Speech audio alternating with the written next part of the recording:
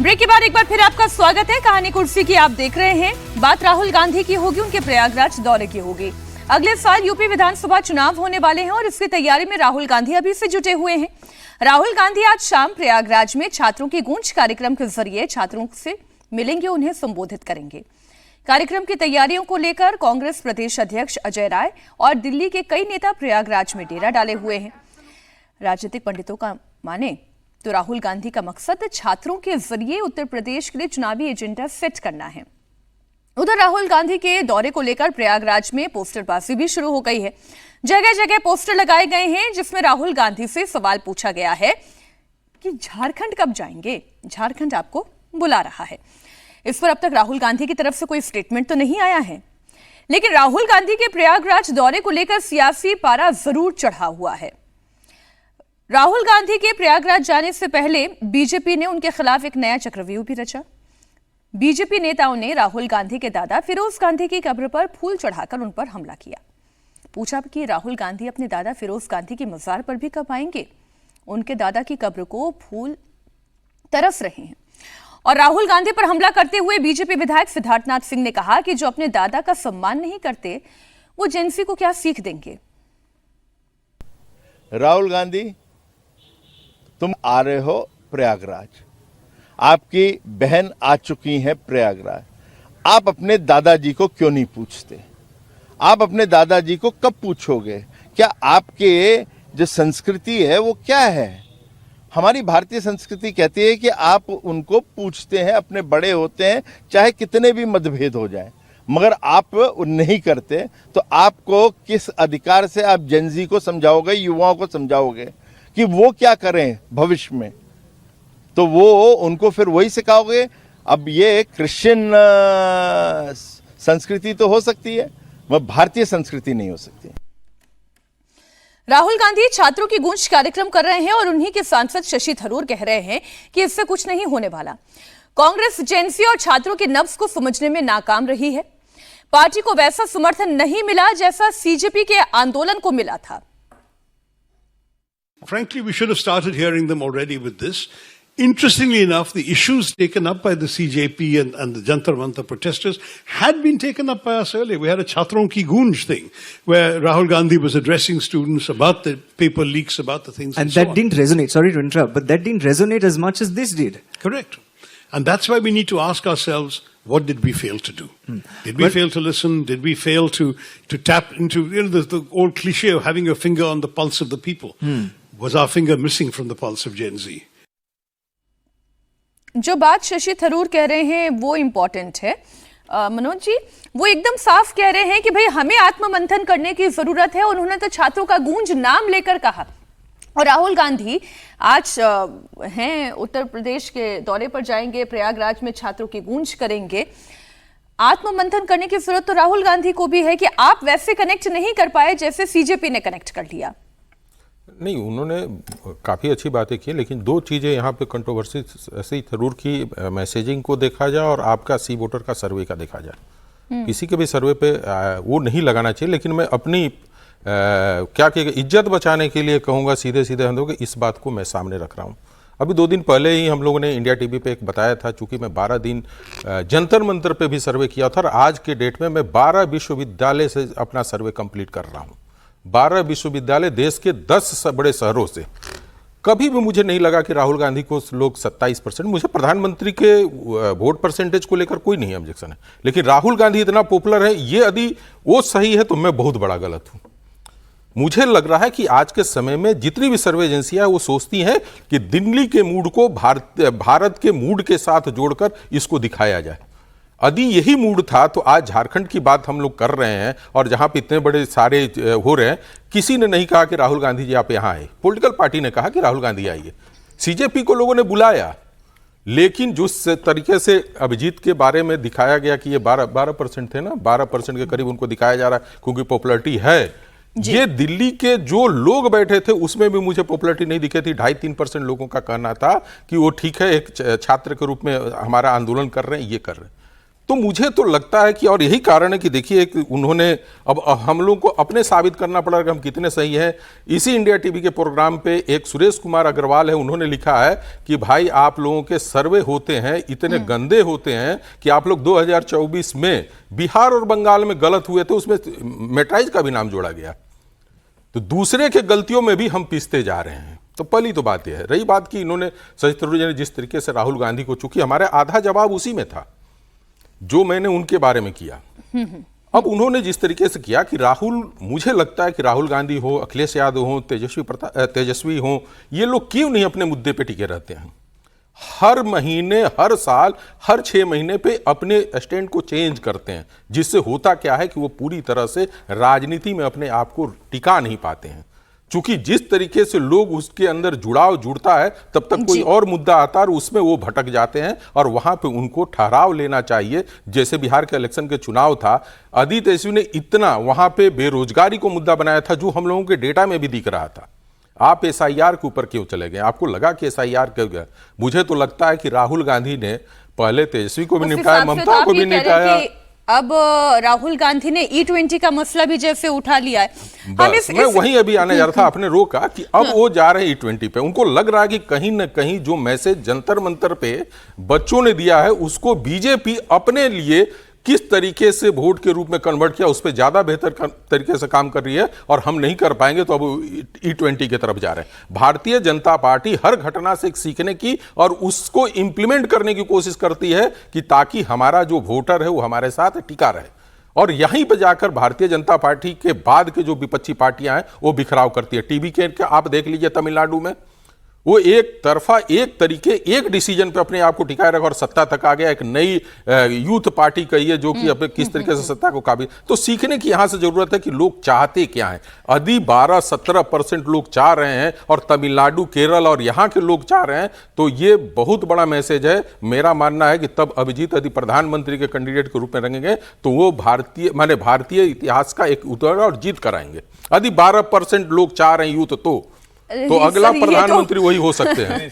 ये तो बहुत ज्यादा आपने एकदम बात करता हूं सर, किसी भी नए बच्चे को और यूथ उसको यदि 12% सपोर्ट कर रहा है तो देश का अगला प्रधानमंत्री हो सकता है। सर आप राहुल जी के लिए ऐसे क्यों? नहीं, राहुल गांधी के नहीं, मैं अभिजीत जी के लिए बोल रहा हूं भाई। लेकिन राहुल जी उनसे ऊपर, उनसे डबल सुपर राहुल जी हैं और उनके पास पार्टी है। आप मतलब किसी चीज का कोई आधार होना चाहिए ना। ठीक है, कुछ लोगों ने सर्वे में बोल दिया होगा, लेकिन आधार होना चाहिए, पार्टी होनी चाहिए, कैडर होना चाहिए। ऐसे थोड़ी ना कुछ हो जाता है। अच्छा, लेकिन एक बात बताइए, टीवी को कितना माने उस तमिलनाडु में कितने जगह तो उसके पार्टी विजय क्या थे? विजय वहां के बहुत बड़े सुपरस्टार थे, अभिनेता थे, उनके पीछे लाखों की फैन फॉलोइंग थी। इनको 25 दिन के आंदोलन के बाद टाइफाइड हो जाता है, पूरी टीम को बुखार हो जाता है। लेकिन आप थोड़ा उसका अंतर समझिए सर, थोड़ा अतिरेक में आप ज्यादा बह गए सर। अच्छा, एक बात बताइए, इनके फैन फॉलोअर कितने बढ़े अभिजीत के? सर आप वैसे आंकड़ा देखें तो हम गलत डिस्कशन में जा रहे हैं। मैं ये कह रही हूँ कि एक तो मेरा कहना ये है कि जहां पर हमने बात शुरू की थी और जेंसी के अप्रोच की हमने बात की थी, वो अप्रोच जितनी जल्दी आपके साथ जुड़ता है उतनी जल्दी आपके साथ हट भी जाता है।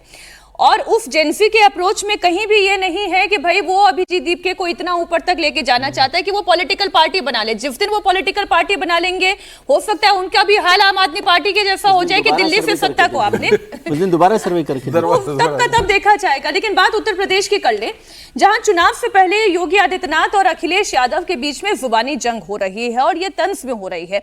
और आज हम ये जितना भी डिस्कशन कर रहे हैं उसको जेंसी के लिहाज से भी देखिएगा, सोचिएगा, समझिएगा कि जब हम इस तरह से किसी खबर को अप्रोच करते हैं तो वहां पर हमें देखने वाला जेंसी क्या सोच रहा है, क्या समझ रहा है। कल योगी जी ने कार्यक्रम के दौरान अखिलेश यादव पर तंज कसा। योगी ने अखिलेश यादव के राज को याद किया और योगी आदित्यनाथ ने कहा कि जिनकी आंख दोपहर 12 बजे खुलती हो और जो शाम 7 बजे दोस्तों के साथ महफिल जमा लेते हो, उन्हें उत्तर प्रदेश की जनता की फिक्र करने का वक्त कैसे मिलता है। आप पहले ये बयान सुने। कुछ लोग जीवन भर बच्चे ही बने रहते हैं और बबुआ भी यही करते थे। 12 बजे सो के उठते थे, 2 बजे तक तैयार होते थे,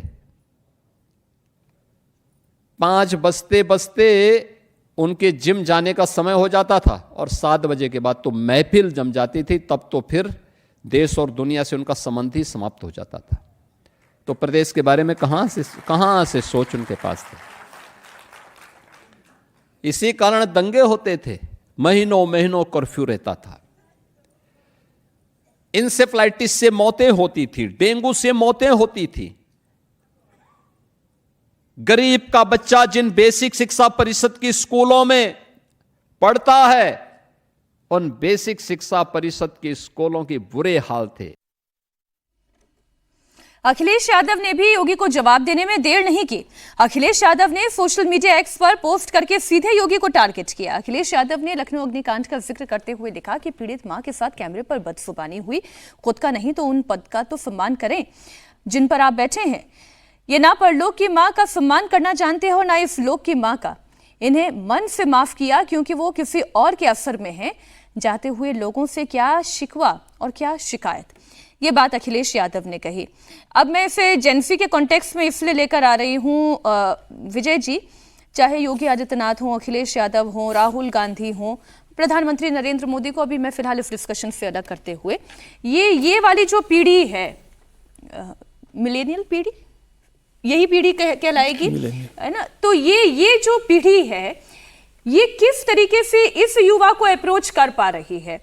अभी उत्तर प्रदेश में विधानसभा चुनाव होने हैं, लड़ाई पर्सनल भी आ रही है, कोई कनेक्ट कर ही नहीं रहे और उनको कनेक्ट करने की जरूरत ही नहीं लग रही। उनके पास अपना एक एजेंडा है, अपना सेट ऑफ द बॉक्स है पॉलिटिकल, उस पर काम कर रहे हैं। अखिलेश जी का जो पीडीए है वो एक्सटेंड होता जा रहा है, उसमें पंडित जी भी आ गए हैं आजकल, कुछ और लोग भी आ गए हैं, लेकिन बॉक्स तो पीडीए वाला है। तो वो अखिलेश जी ने क्या किया, जेन एक्स पे क्या, जेन जी पे क्या बोला है, अभी कुछ बोला है या कोई काम लेकिन किया? शिक्षा के मुद्दे को वो लगातार उठा रहे हैं। क्या मुद्दा क्या उठा रहे हैं? मैं यही तो कह रहा हूँ कि मुद्दा उठाना, मुद्दा तो राहुल जी ने भी उठाया था, मुद्दा तो और पार्टियां भी उठा रही है, मुद्दा तो प्रधानमंत्री जी भी उठा रहे हैं, लेकिन जो मुद्दा उनका है वो नहीं उठा रहे आप। असली बात ये है, मैं ये बार बार इस बात को जोड़ दे रहा हूँ।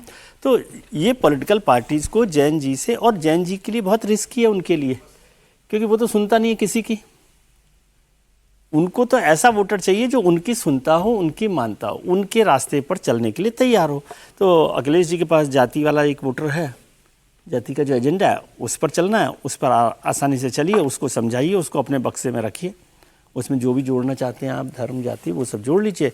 योगी जी को भी वही चाहिए, योगी जी को धर्म वाला चाहिए, तो उसमें वो कुछ कुछ अपना जोड़ते रहते हैं, उसी पर काम कर रहे हैं। जैन जी को हैंडल करना इन लोगों ने अभी न तो ज़रूरी समझा है और न उनको समझ आया है। मुझे नहीं लगता कि वो इस पर चिंता कर रहे हैं। ये फिर मैं कह रहा हूँ कि ये आप क्लास में भाषण देने से नहीं होगा, आप उनके साथ कनेक्ट ही नहीं हैं।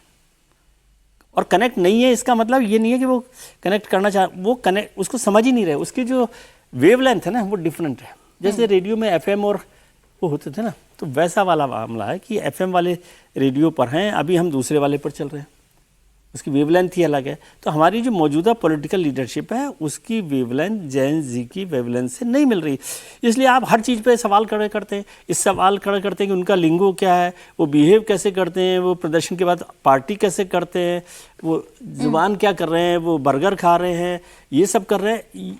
ये नहीं है ना, वो आपको इस सब पर इशू पर देख ही नहीं रहे। वो आपसे साफ सवाल पूछते हैं और आपके पास साफ सवाल के जवाब नहीं है, तो उस पर वो बात करते हैं, आपको या तो खारिज करते हैं। या उनकी सबसे अच्छी बात जो है, जो सर संचालक ने कहा कि वो ईमानदार है, इस ईमानदारी से कि वो आपको किसी रंग में, किसी बॉक्स में नहीं देख रहे। मीनाक्षी की एक बात पसंद है तो वो एक बात को पसंद कर लेंगे, दूसरी बात पसंद नहीं है तो दूसरी बात नहीं पसंद करेंगे। वो हमारी तरह से नहीं कि भाई अब ठीक है, अब इनकी 2 बातें मान लिए तो ये 2 बातें और मान लो। तो ये बड़ा फर्क है, और उनको पॉलिटिकल लीडर्स को अभी ऐसी जनरेशन को हैंडल करने की आदत नहीं है। असली बात ये वो भी सीख रहे हैं, अब ये भी सीख रहे हैं। हाँ, ये भी सीख रहे हैं। अच्छा, बसपा प्रमुख मायावती ने एक बार फिर से सपा अध्यक्ष अखिलेश यादव पर तीखा हमला बोला है। मायावती ने पीडीए में पी का मतलब पंडित बताने पर सपा प्रमुख को अवसरवादी और संकीर्ण जातिवादी करार दिया है। उन्होंने अपने सोशल मीडिया हैंडल पर लिखा कि पीडीए में पहले पी का मतलब पिछड़ा बताने वाले अखिलेश यादव अब राजनीतिक स्वार्थ के चलते पी की व्याख्या पंडित के रूप में कर रहे हैं। वो ब्राह्मणों के बसपा से तेजी से जुड़ने से घबराए हुए हैं और सपा गिरगिट की तरह रंग बदल रही है। तो सुमीर जी ये समझाएं कि ये मायावती का तो वोट बैंक ही ये रहा था, ब्राह्मणों को जोड़ना, उसके साथ आपका जाटव वोट जुड़ना, दलित वोट जुड़ना। अब इसमें समाजवादी पार्टी जिस ट्रैक पर चल रही है उसमें मायावती ने सबसे पहले बैरिकेड लगा दिया है। देखिए, मायावती को अगर देखें तो जब मायावती ने पूर्ण बहुमत की सरकार बनाई थी 2007 में, तब ये कहा गया कि भाई मायावती ने बहुत बेहतर सोशल इंजीनियरिंग किया था, पंडितों को भी जोड़ा, पंडित भी अपने साथ ब्राह्मण भी जोड़े, उन्होंने दलित जोड़े, जाटव थे, ठाकुरों का भी वोट मिला, समाज के हर वर्ग का मायावती को वोट मिला और मायावती का बहुत अच्छा सोशल इंजीनियरिंग रहा था। उसमें कहा गया कि सतीश चंद्र मिश्रा ने जो बड़ी भूमिका निभाई थी, लंबे समय तक एक ब्राह्मण चेहरा मायावती के साथ राज्यसभा के अंदर वो रहे थे। तो अब मायावती की राजनीति में अब कुछ भी नहीं बचा अगर आप देखे जाए तो। 2012 में अखिलेश यादव ने सरकार बनाई, उसके बाद योगी आदित्यनाथ ने, मायावती ने फील्ड की राजनीति, जमीन स्तर की राजनीति की, न मायावती ने अपनी पार्टी के विस्तार की कोशिश की। किसी को आप पार्टी में लेते हो, निकाल देते हो। पहले अपने भतीजे आकाश आनंद को जिम्मेदारी दी, फिर उनको पार्टी से निकाला, फिर उनके ससुर को निकाला, फिर दोनों को लिया, फिर बाद में ससुर को फिर निकाल दिया, कहा उनको कभी जिंदगी में पार्टी में ले लूंगी। आकाश आनंद को भी आपने कोई बहुत अभी जिम्मेदारी नहीं दी है। तो मायावती का भी दुर्भाग्य से ये रहा कि मायावती के जो इकलौते विधायक थे, अभी उनके 2 दिन पहले उनकी डेथ हो गई है। तो मायावती के पास राजनीतिक रूप से अब क्या बचा हुआ है? मायावती ने अपने वोटर जो खुद जाटा हुए सिर्फ उतना ही वोट बैंक बचा, और वो इस चुनाव में वो भी मायावती के हाथ से निकल जाएगा। मायावती अब अखिलेश यादव के पीढ़ी पे उंगली उठा दे। मायावती को यह दर्द है कि भाई मेरा जो वोट बैंक था वो पूरा का पूरा वोट बैंक अखिलेश यादव ले गए, और आज अखिलेश यादव के पास 37 लोकसभा सांसद है, मेरे पास एक भी लोकसभा सांसद नहीं है। तो मायावती को यह परेशानी अखिलेश यादव की राजनीति से। अब वो उनके पीढ़ी में पी को पंडित के कारण नाराज हो, किसी और से नाराज हो, मायावती ने अपनी राजनीति में क्या, मायावती को यह बात करना चाहिए ना। आप अखिलेश यादव और हमलावर होते रहे, इस आधार पर तो आप राजनीति में सर्वाइव करोगे नहीं। चुनाव आ रहे हैं, 6 AM पॉलिटिक्स पे भी बोलते हैं, 6 AM politics versus 12 PM politics.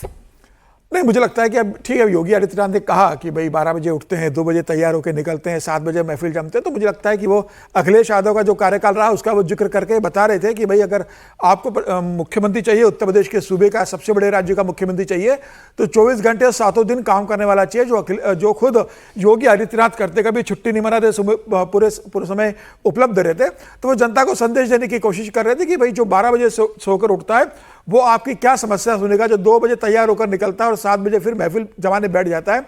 4 घंटे का मुख्यमंत्री उत्तर प्रदेश को क्या देगा? तो जनता को, वोटरों को याद दिला रहा है कि अखिलेश यादव का कार्यकाल देखे, और फिर योगी आदित्यनाथ का जो 10 साल का कार्यकाल है, 2017 से लेकर 27 तक का जब कार्यकाल पूरा होगा, तो जनता ये देखेगी ना योगी ने क्या दिया है। तो मुझे लग रहा है कि योगी जी का कार्यकाल अगर जनता देखेगी तो फिर अखिलेश कहीं भी दौड़ में नहीं है। ठीक है। अच्छा, हर साल की तरह इस साल भी मुख्यमंत्री योगी आदित्यनाथ ने मेरठ में शिव भक्तों पर पुष्प वर्षा की। कांवड़ मार्ग पर बनाए गए मंच से सीएम ने कांवड़ियों पर फूल बरसाए। सीएम को देखकर कांवड़ियों में गजब का उत्साह देखने को मिला। शिव भक्तों ने बोलबम और योगी के नारे भी लगाए। हर तरफ हर हर महादेव और योगी के नाम की गूंज भी थी। पूरी सड़क गुलाबी रंग की हो गई। इस दौरान सीएम योगी ने क्या कहा वो भी सुने। उस समर्पण के, जो सामाजिक एकता का, सामाजिक समता का और राष्ट्रीय एकता का भी उदाहरण प्रस्तुत कर रहे हैं। जाति पाति से ऊपर उठकर,